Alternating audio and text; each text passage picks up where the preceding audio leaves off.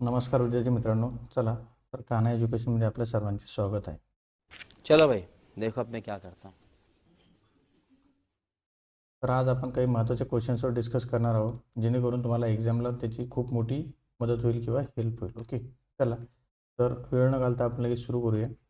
बघा, आपल्याला काही छोटे छोटे 2 मार्क्स किंवा 4 मार्क्स किंवा 6 मार्कचे क्वेश्चन समोर दिसत आहेत.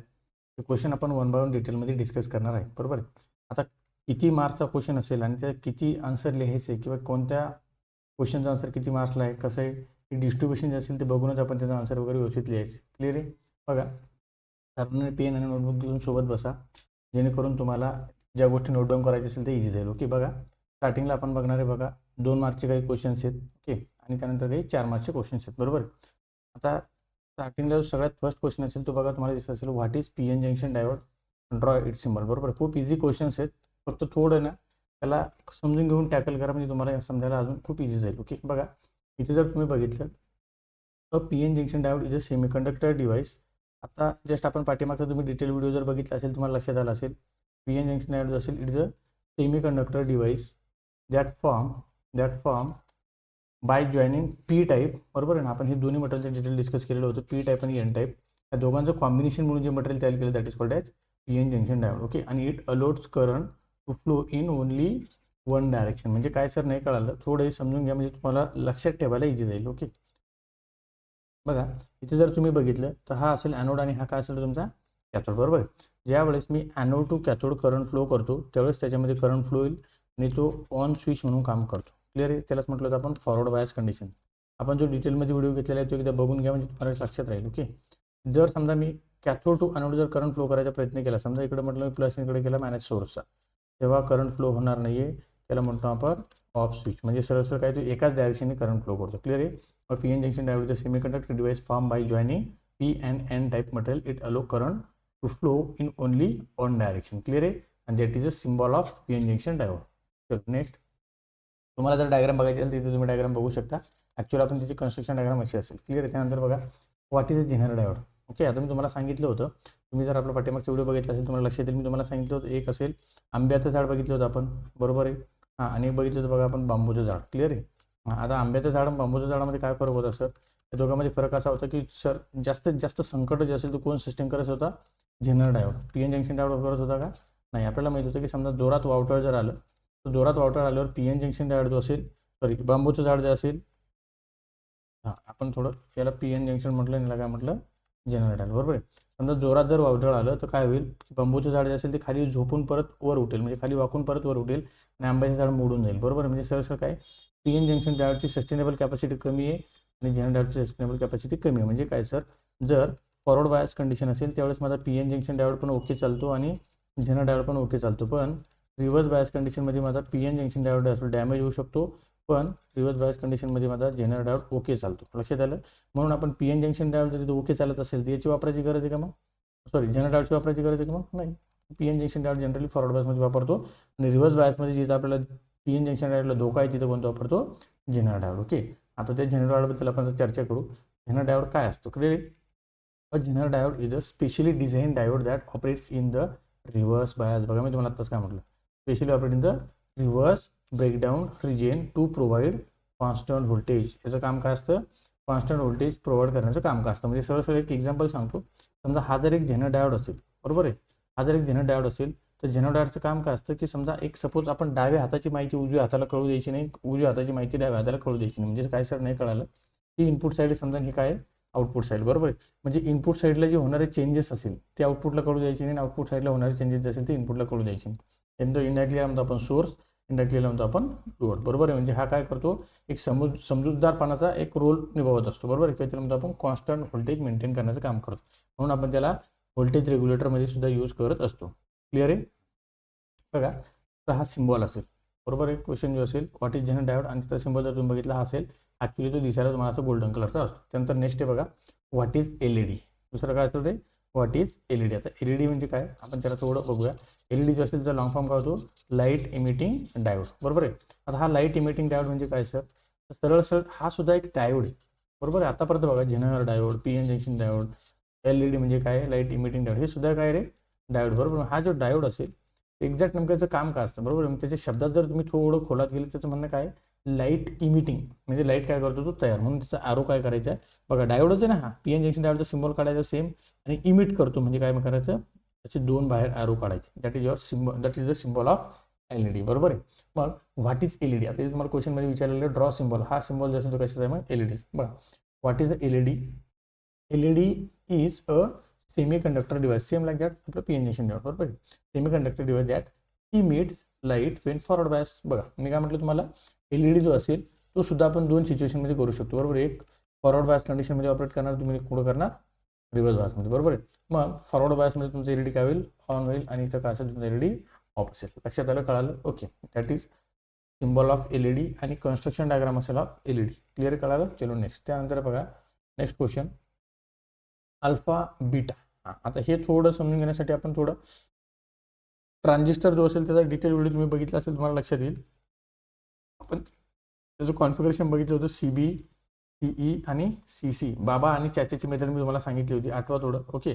आता ही बाबा चाच्याची मेथड जी असेल त्याच्यावर तुम्हाला एक ट्रिक सांगितली मी तुम्हाला, ते लक्षात आली असेल. त्याला आपण याचा एक ॲम्प्लिफिकेशन फॅक्टर असतो, तो कशाने शो करतो, अल्फा, त्याचा कशाने करतो बीटा, आणि याचा कशाने करतो गॅमा, ओके. आता हा ॲम्प्लिफिकेशन फॅक्टर जो असेल तर तो कोणता असेल, मग कॉमन बेसचा अल्फा असेल, कॉमन इमिटरचा बीटा असेल, आणि कॉमन कलेक्टरचा गॅमा असेल बरोबर.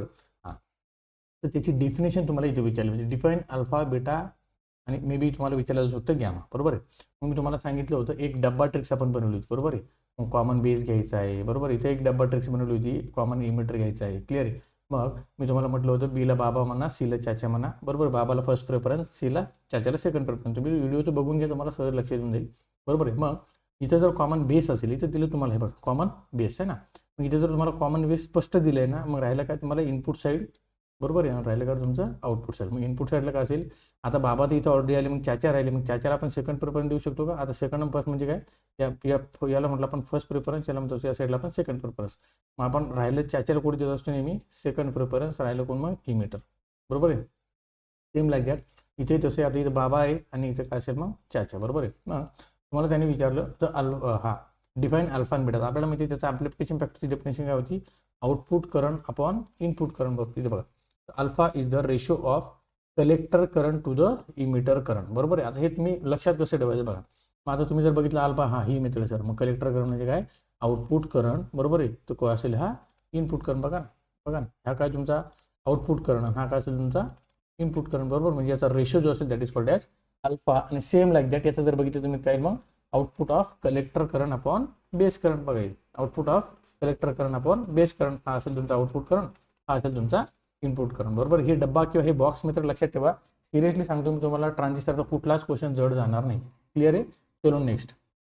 त्यानंतर बघा, हां, what is photo diode, draw it symbol. आता याच्यात जर तुम्ही तोडून बघितलेलं तर हा पण एक डायोडच आहे, पण हा कसा आहे रे, फोटो डायोड आहे बरोबर आहे.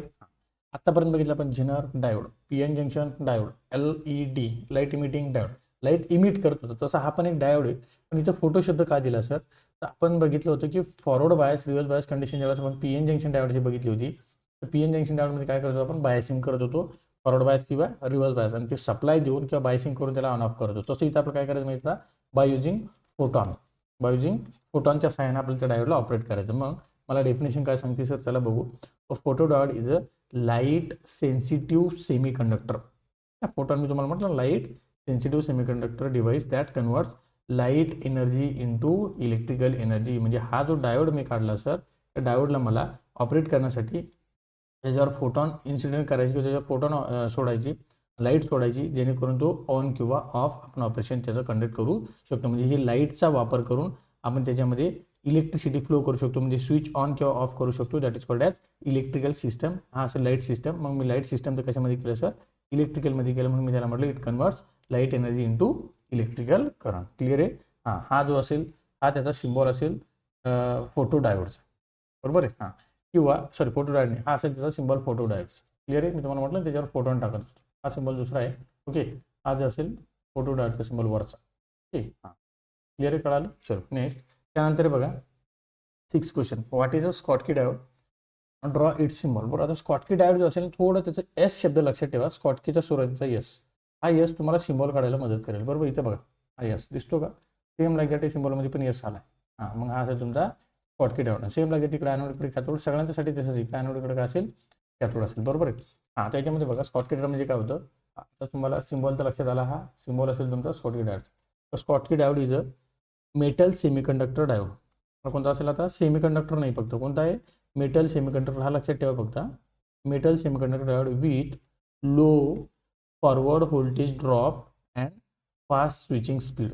बरोबर आहे. म्हणजे याचा अर्थ काय की एक मेटल सेमीकंडक्टर डिव्हाइस आहे त्याच्यामध्ये फॉरवर्ड व्होल्टेज ड्रॉप जो असेल तो काय लो आहे आणि फास्ट स्विचिंग स्पीड म्हणजे स्विचिंग स्पीड काय ऑपरेट म्हणजे कशी आहे फास्ट आहे त्याला समजा आपण स्कॉटकी डायोड. ओके. त्यानंतर बघा next what is barrier potential.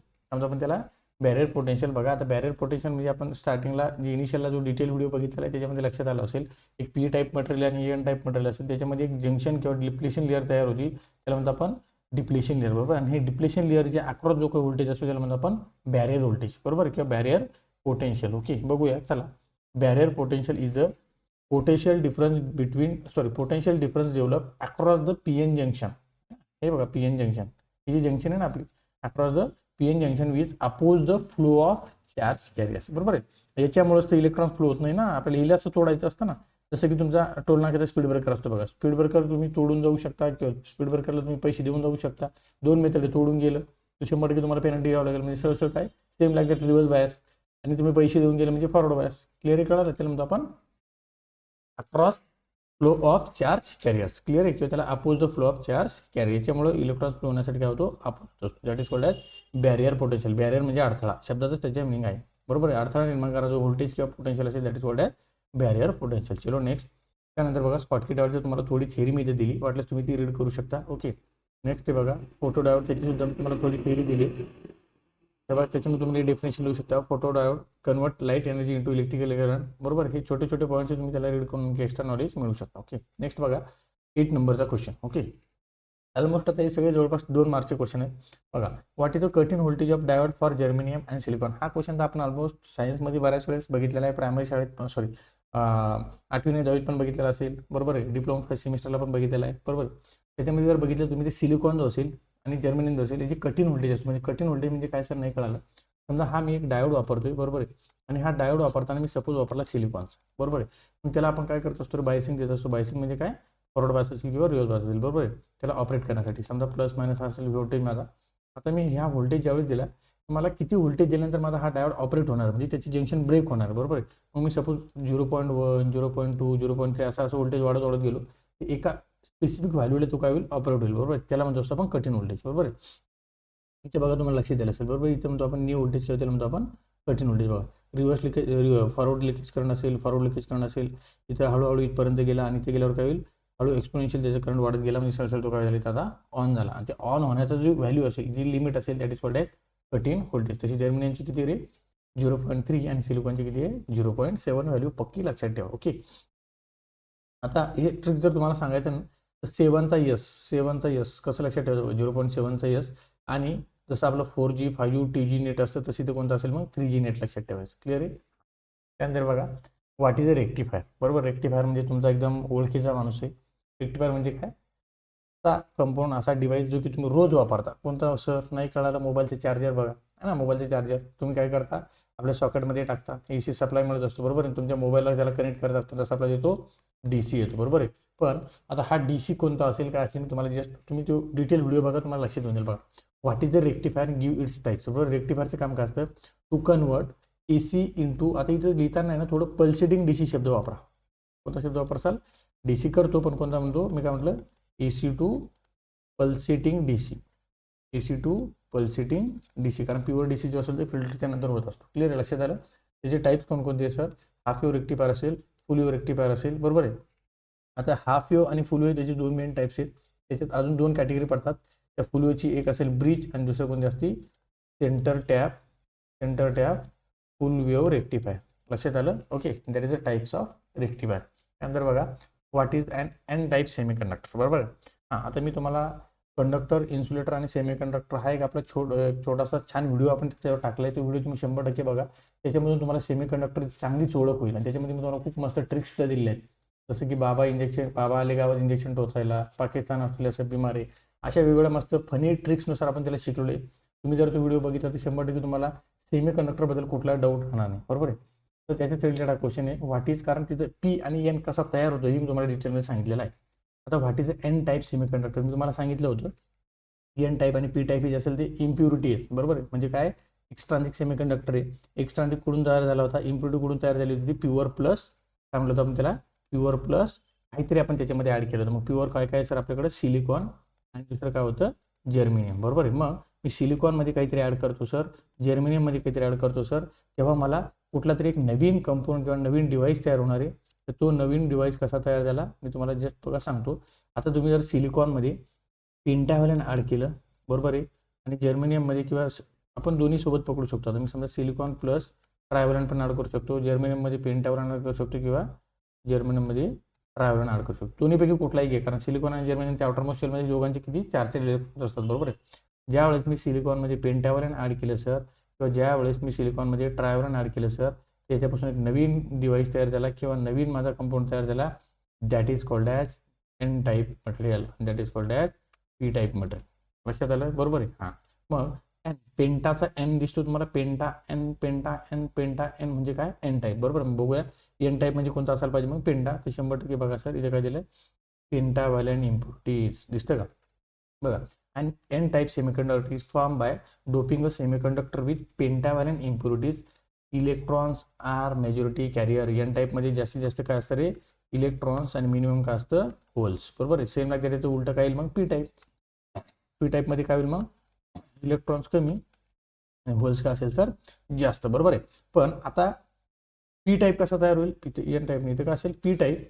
P type semiconductor is form by doping a semiconductor with trivalent impurities and holes are majority carriers, बरोबर. याच्यामध्ये काय करणार मग आपण आता, मी तुम्हाला आता तिथे सांगितलं ना, ही असेल पी टाईप आणि असेल तुमची एन टाईप. क्लिअर आहे, कळालं. चलो नेक्स्ट. त्यानंतर बघा what is a biasing, Y is it required. आता बायसिंगबद्दल आपण जस्ट आताच चर्चा केली होती, ओके.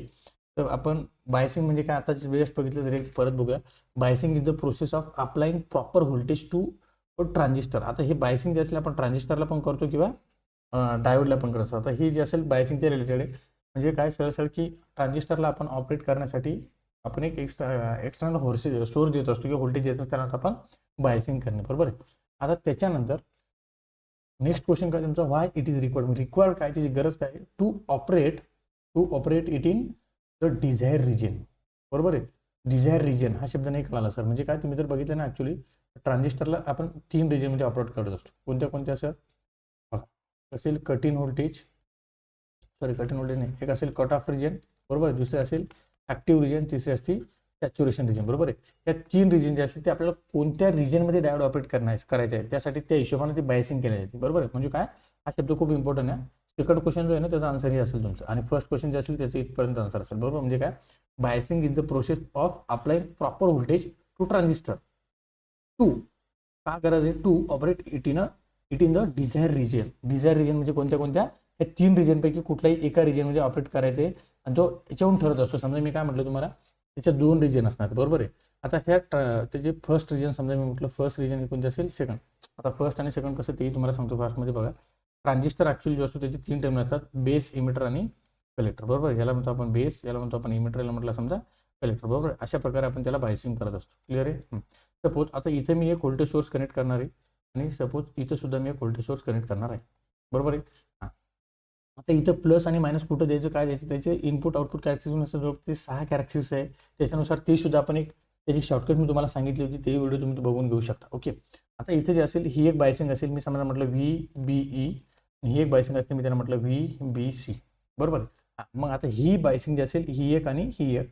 सपोज मी म्हटलं दोन्ही कशा असेल, फॉरवर्ड बायस, बरोबर आहे. सपोज मी म्हटलं दोन्ही कशा असेल, रिव्हर्स बायस, बरोबर आहे. सपोज मी म्हटलं काय असेल, किंवा आपण काय करू, त्याला रिव्हर्स बायस घेऊ, ओके. स्टार्टिंग मला लक्षात ठेवायला सोपं जाईल.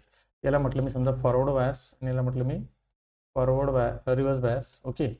आणि इथं घेतलं मी समजा लास्टला घेतलं मी समजा, आता तिन्ही कशा असेल तुमच्या, दोन्ही कशा असेल, फॉरवर्ड बायस, बरोबर आहे. मी एकदा परत सांगतो, लक्ष द्या व्यवस्थित. जर तुम्हाला समजलं की तुम्हाला क्वेश्चनचा आन्सरही कळेल आणि लक्षात ठेवायला सोपं जाईल, कारण याच्यावरून तुम्हाला लेंदी क्वेश्चन जे असतात 4 मार्क्सचे ते सुद्धा सॉल्व्ह करायला खूप मदत होईल, ओके. बघा मी काय म्हटलं, याचे ॲक्च्युली आपण 3 रिजन कसे वापर करतो. समजा मी काय म्हटलं, दोन्ही सुद्धा रिव्हर्स बायस असेल, बरोबर आहे.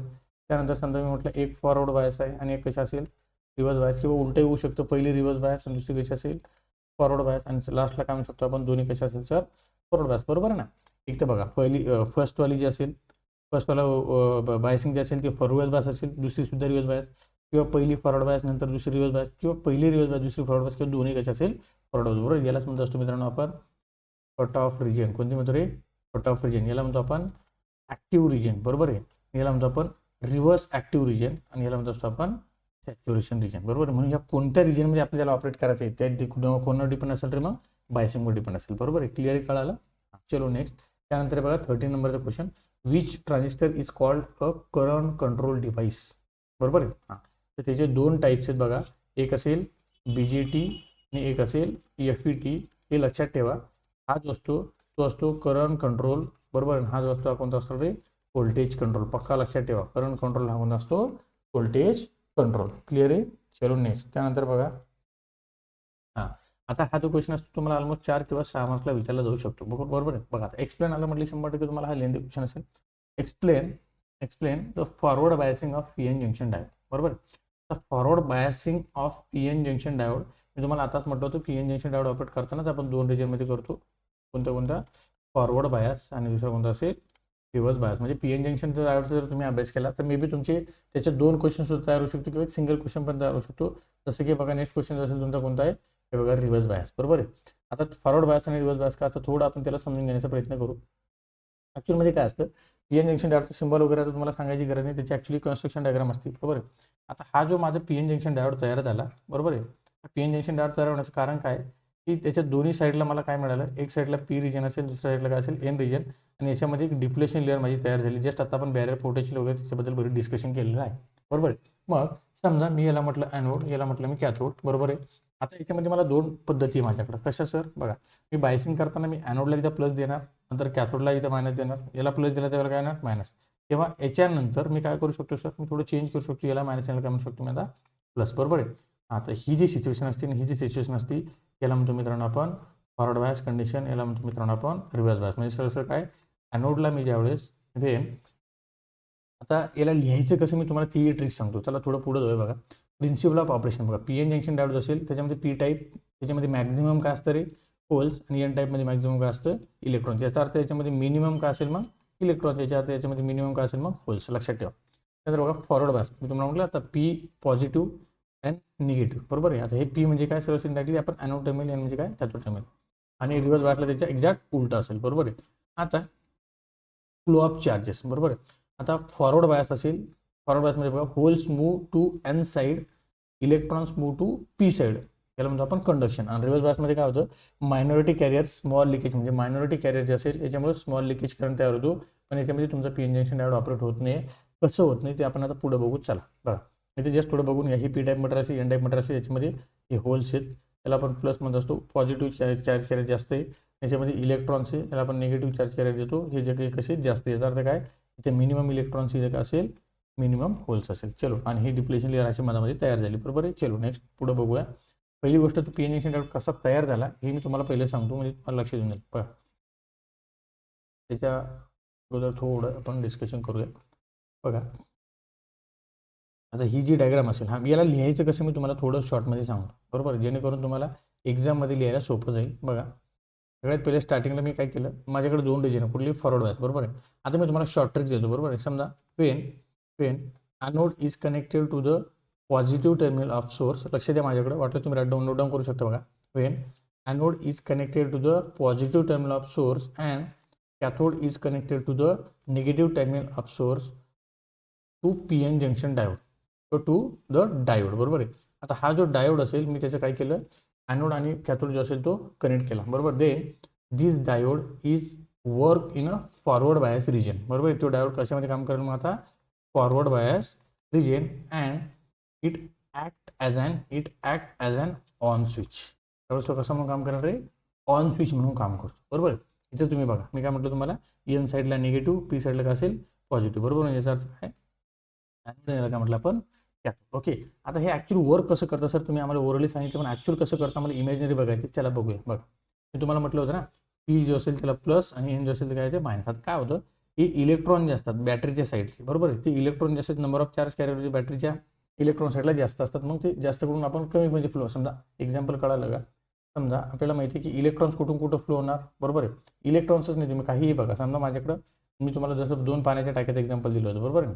समजा ही पाण्याची टाकी 50% भरली आणि ही पाण्याची टाकी किती टक्के भरली, अरे 70% भरले. साहजिकच आहे पाणी इकडून इकडे फ्लो होणार ना, बरोबर आहे. मग सेम लागेल की आपण बॅटरी जी बघितली त्याचे नंबर ऑफ इलेक्ट्रॉन जे असतात ते जास्त कुठं असतात, निगेटिव्ह साईडला, आणि ते कसं असतात, कमी असतात. मग इलेक्ट्रॉन साहजिकच कुठून कुठं पोहोचलं रे, निगेटिव्ह टू पॉझिटिव्ह. मग बाजून ते कसे असतात, डायोड. आता कसे ते बघूया बघा. थोडं तुम्हाला इमेजनरी डायग्राम लक्षात येऊन जाईल बघा. हां, हे निगेटिव्ह कॅरियर जे असते ते हळूहळू इथपर्यंत येणार, बरोबर आहे. इथं आल्यावर काय, एन रिजनमध्ये ऑलरेडी मॅक्झिमम इलेक्ट्रॉन्स आहे, ती याला काय करणार, रिपल करणार, बरोबर आहे. मग याला रिपल करणार हे तुम्हाला पुढच्या डायग्राममध्ये दिसेल बघा. याला ते काय करतात, रिपल करतात, आणि याला रिपल इकडून प्रेशर दिल्यामुळे ही इलेक्ट्रॉन जे असेल ते पुढं याला रिपल्शन देतील, किंवा ए पी टाईपमध्ये पॉझिटिव्ह त्याला ते काय करतील, अट्रॅक्ट करतील. आणि असं करत इलेक्ट्रॉन जे असतात तुमचे या निगेटिव्हपासून कुठपर्यंत पोहोचले रे, या प्लसपर्यंत. हे तुम्हाला तिसऱ्या डायग्राममध्ये कळलं. म्हणजे तुमची रिजन जी असेल ती काय, डिप्लेशन लेअर काय झाली, कमी झाली. त्यालाच म्हणतो तुम्ही कंडक्टर किंवा no band gap. Band gap राहिला का आता नाही, बरोबर आहे. निगेटिव्ह टू कुठं पोहोचले तुमचे इलेक्ट्रॉन्स, पॉझिटिव्ह. अशा प्रकारे ज्यावेळेस माझे इलेक्ट्रॉन्स निगेटिव्ह टू पॉझिटिव्ह पोहोचतील, म्हणजे याला म्हणतो आपण इलेक्ट्रॉन्सचं डायरेक्शन. त्यालाच म्हणतो आपण, आता माझा काय सुरू झाला रे, करंट फ्लो झाला. कुठून कुठपर्यंत सर, पॉझिटिव्ह टू निगेटिव्ह. म्हणजे इलेक्ट्रॉनचे डायरेक्शन माझी राशी असेल तर माझे करंटचे डायरेक्शन कसे असेल, त्याच्या अपोजिट. लक्षात आलं. म्हणजे इंडायरेक्टली तुमचा करंट जो असेल तो आता अशा प्रकारे फ्लो व्हायला लागला, त्यालाच म्हणतो आपण तुम्ही ऑन स्विच म्हणून तो काम करायला लागला. म्हणजे डिप्लेशन लेअर काय झाली सर, त्याची वॅनिश झाली. क्लिअर कळालं, ओके. चलो, तर ही डायग्राम जी असेल तुम्ही ही बघू शकता. जसं की तुम्ही आपण फिजिक्स केमिस्ट्रीमध्ये ऑलरेडी बघितलेलं आहे. हे बघा, कंडक्शन बँड असेल किंवा व्हॅलेन्स बँड असेल, कसा वर्क करतो तुम्ही यालाही व्हिज्युअलाइज करू शकता. ओके, अशा प्रकारे पी एन जंक्शन डायोडचे फॉरवर्ड बायस कंडिशन असेल. आणि हे बघा forward bias, reverse bias, forward bias, reverse bias, फॉरवर्ड बायसमध्ये ऑन, रिव्हर्स बायसमध्ये ऑफ. लक्षात आलं. चलो, आता आपण त्याची रिव्हर्स बायस कंडिशन बघूया. सेम लागते जशी फॉरवर्ड बायस आहे तशी काय थोडी रिव्हर्स बायसची कन्स्ट्रक्शन आहे. मग याच्यामध्ये थोडा चेंज काय आहे सर, बघा मी तुम्हाला म्हटलं होतं एनला आपण काय केलं, आता पॉझिटिव्ह टर्मिनल, पीला काय लावलं, आता निगेटिव्ह टर्मिनल उलटं केलं. त्यावेळेस काय झालं की डिप्लेशन लेअर काय होणार आहे, त्याची हळूहळू इन्क्रीज होत जाणार आहे. सेम लागते मी जसं म्हटलं होतं, ॲनोड मायनस द्यायचा आता, आणि कॅथोडला काय द्यायचं, प्लस. असं सेम जसं आपण त्याचं नोट डाऊन केलं तसं याचं नोट डाऊन करा, ॲनोड आणि कॅथोडचं. मग तो ॲक्ट ॲज कशामध्ये काम करेल, रिव्हर्स बायस रिजनमध्ये काम करेल, आणि ॲक्ट ॲज काय करेल, तो ऑफ स्विच म्हणून काम करेल. कसा म्हणून काम करेल रे, ऑफ स्विच म्हणून. ओके, चलो, ही सुद्धा डायग्राम आपण व्हिज्युअलाइज बघून घेऊया. बघा, इथे जर तुम्ही बघितलं ते बघा, डिप्लेशन लेअरच्यामध्ये काय झालेली, इन्क्रीज झाली. हे बघा, आता डिप्लेशन लेअर काय याच्यामध्ये इन्क्रीज झाली. बघा, पॉझिटिव्ह एनला, निगेटिव्ह कशा लावला, पीला. इथे बघा सेम लागेल. आता हे रेड कलर वाढत जातो बघा. आता हे बघा, डिप्लेशन काय झालं याच्यामध्ये वाढत गेली. Clear colour. अशा प्रकारे पी एन जंक्शन असेल तो रिव्हर्स बायसमध्ये ऑपरेट होत असतो. त्यानंतर या डायग्राम सुद्धा तुम्ही बघू शकता, जेणेकरून तुम्हाला रिव्हर्स बायस कंडिशन समजायला सोपी जाईल. ओके, त्यानंतर नेक्स्ट आहे बघा तुमचा 16 नंबरचा question, compare CB, CE and CC transistor configuration. बरोबर आहे. आता हा क्वेश्चन तर तुमच्यासाठी खूप इम्पॉर्टंट आहे. मी याच्यासाठी सांगतो की तुम्हाला पूर्ण ट्रान्झिस्टर चॅप्टर जो असेल ते एकाच क्वेश्चनमध्ये कव्हर होऊ शकतो, जर तुम्ही त्याला व्यवस्थित स्टडी केला तर. ओके, कसा सर, तर बघा आता मी तुम्हाला थोडं एक्झाम ओरिएंटेड सांगतोय. सगळ्यात पहिले तर CB, CE आणि CCची डायग्राम काढा, जेणेकरून तुम्हाला पुढचा पोर्शन समजायला सोपं जाईल. बरोबर, मी तुम्हाला थोडं एक व्हिज्युअलाइज करून सांगतो काय असतं. बघा, मी तुम्हाला म्हटलं याला म्हटलं CB, CE आणि काय म्हटलं याला CC. सर, आता आम्ही हा डिफरन्स जो असेल तो एक्झॅक्ट असा लक्षात ठेवला, पण एक्झाममध्ये चुकून आमच्याकडून इथे CC झाली नाही, CE झालं तर मग काय करायचं, बरोबर. तर त्यासाठी पण आपल्याकडे एक ट्रिक्स आहे मित्रांनो. त्याच्यासाठी पण आपल्याकडे एक शॉर्टकट मेथड आहे, ती कशी लक्षात ठेवायचं. बघा, आपला हा जो सब्जेक्ट आहे त्याच्यावरच तुम्हाला नाव लिहिलेलं आहे बघा, बेसिक इलेक्ट्रॉनिक्स. बरोबर आहे. मग याला म्हणायचं बेसिक, मला म्हणायचं इलेक्ट्रॉनिक्स. बरोबर आहे. सी तो कॉमनच आहे ना. बेसिक इलेक्ट्रॉनिक्स सिक्वेन्स लक्षात ठेवायचं मित्रांनो. बेसिकमधला सगळ्यात पहिला B, नंतर E, नंतर C. क्लिअर कळालं. ओके, बघा आता याच्यामध्ये आपल्याला नेमका अभ्यास कसा करायचा आहे, तर मी सुरुवातीला काही गोष्टी सांगतो, त्या गोष्टी तुम्ही लक्षात ठेवा, जेणेकरून तुम्हाला बराच पोर्शन जो असेल तो पाठ करायची गरज पडणार नाही. बरोबर. मग पाठ करायची गरज पडणार नाही म्हणजे सर नेमकं लक्षात कसं ठेवायचं. बघा, CB, CE, CC. ओके, मी तुम्हाला म्हटलं ना आपली एक ट्रिक्स आहे, ती ट्रिक्स पहिली वापरा.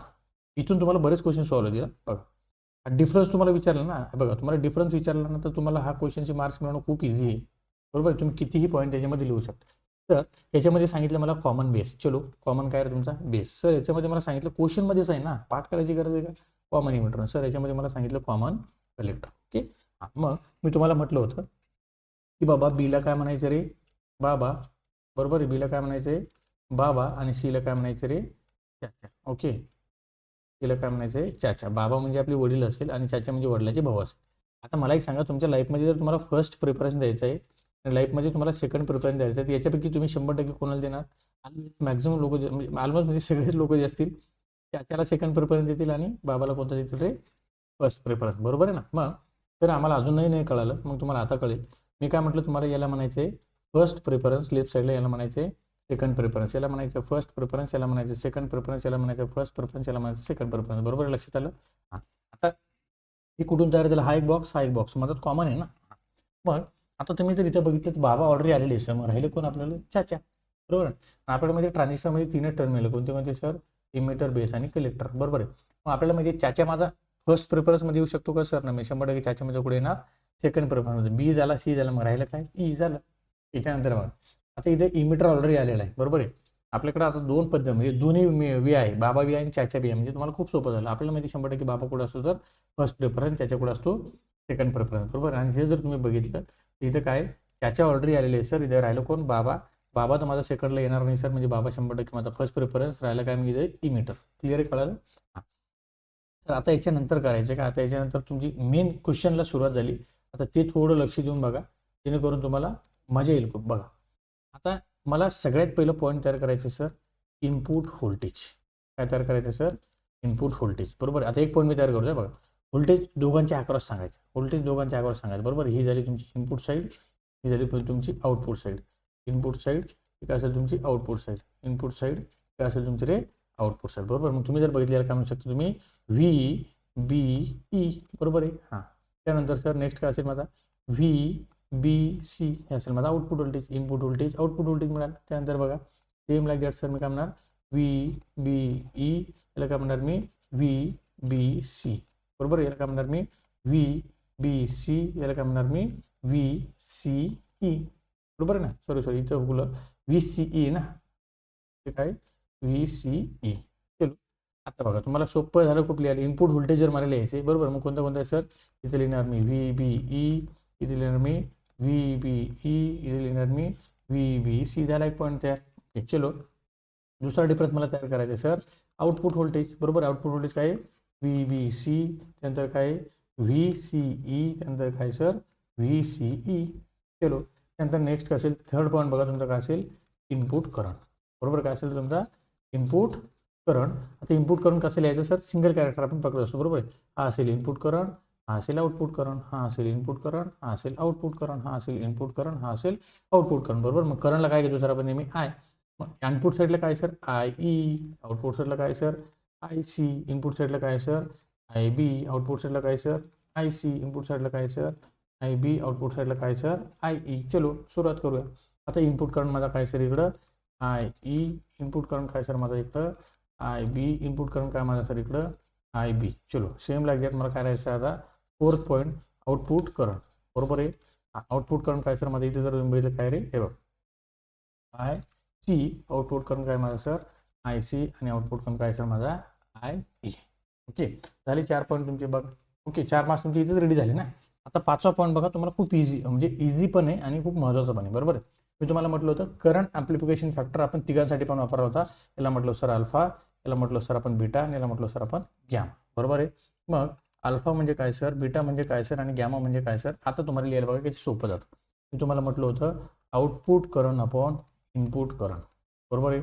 Output current upon input current.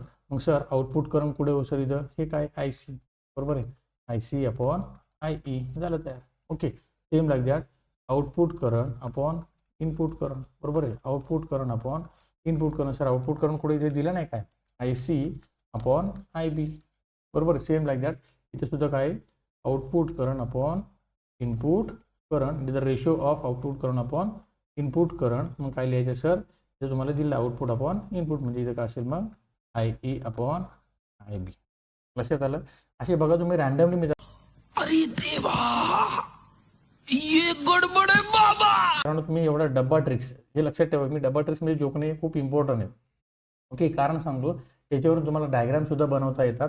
अशा डायग्रामसुद्धा तुम्ही एकदम इझिली सहज लक्षात ठेवू शकता. त्याच्यावरून तुम्हाला बरेच क्वेश्चन जे असेल कसे सॉल्व्ह होतील हे तुम्हाला हळूहळू पुढे गेल्यावर लक्षात येईल. बरोबर आहे. बघा आता तुम्हाला डायग्राम कशी काढायची याची मी थोडं तुम्हाला व्हिज्युअलाइज करून ओव्हरव्ह्यू सांगतो थोडं. बघा आता ही डायग्राम मला काढायची आहे सर, मग डायग्राम मी कशी काढणार बघा. आता समजा सेम लगेच मी असं तयार केला, हा असेल माझा समजा CB. बरोबर, मी काय म्हटलं रे CB. आता स्टार्टिंगला डायग्राम कशी काढायची बघा. स्टार्टिंगला डायग्राम कशी काढणार बघा. इथं काय माझा इमिटर आहे, यस सर. बरोबर, इथं डायग्राम काय, इथं काय माझा बेस, यस सर. इथं काय असेल माझा कलेक्टर. बरोबर आहे. हां, आता इथं मी एक व्होल्टेज सोर्स तयार केला. बरोबर आहे. इथे एक व्होल्टेज सोर्स तयार केला. बरोबर आहे. त्यानंतर इथे एक व्होल्टेज सोर्स तयार करणार आहे. त्याला म्हटलं आपण हा सेकंड बायसिंग. बरोबर आहे. याला म्हटलं आपण सर VBE, याला म्हटलं आपण सर VBC. बरोबर आहे ना. हां, आता इथे एक थोडं ट्रिक्स लक्षात ठेवा. कधीही व्होल्टेज सोर्स कनेक्ट करताना, आता मी तुम्हाला जो लेंदी व्हिडिओ जर तुम्ही बघितलं तर लक्षात येईल. आता अजून मी तुम्हाला त्याची ट्रिक सांगितली नाही. त्याची ट्रिक सांगितली तुम्हाला काही गोष्टी लक्षात येईल. बरोबर आहे. प्लस कुठं असायला पाहिजे, मायनस कुठं असायला. बरोबर लक्षात आलं.